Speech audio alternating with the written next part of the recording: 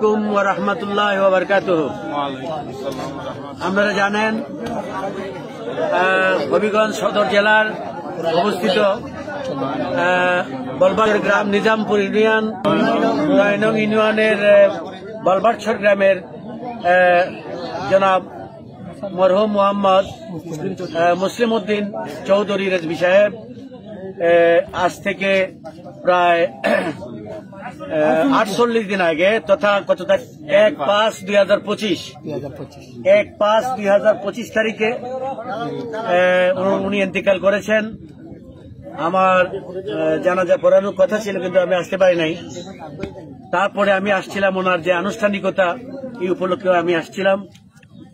তো আজকে নিয়ে 48 দিন ওনার ছেলেদেরকে জনাব মুসলিম রেজভী সাহেব স্বপ্নে দেখাইছেন যে আমি পানিতে কষ্ট করতেছি, তোমরা আমাকে উপরে রাখো, উপরে উঠায় রাখো।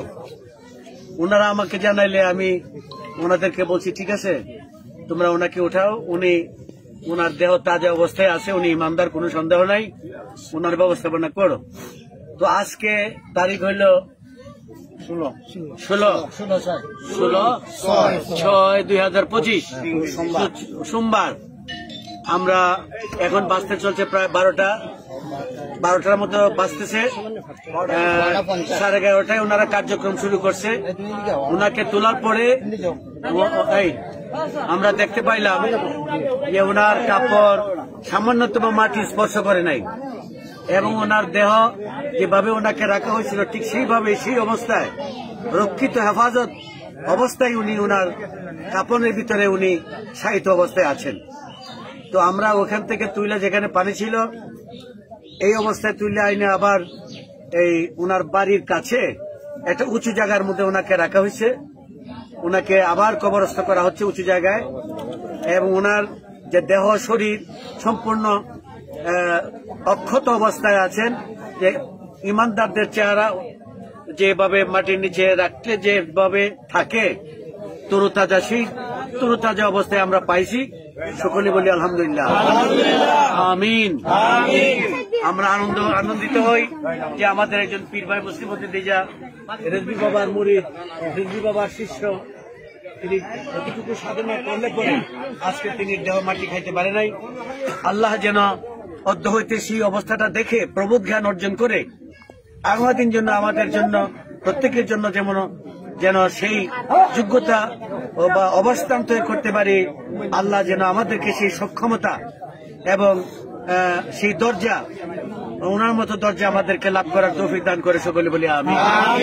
এই মর্মেই আমি আপনাদের সকলের উদ্দেশ্যে জানাচ্ছি, আপনারা তিনির জন্য, তার আওলাদের জন্য, সকলের জন্য দোয়া করবেন।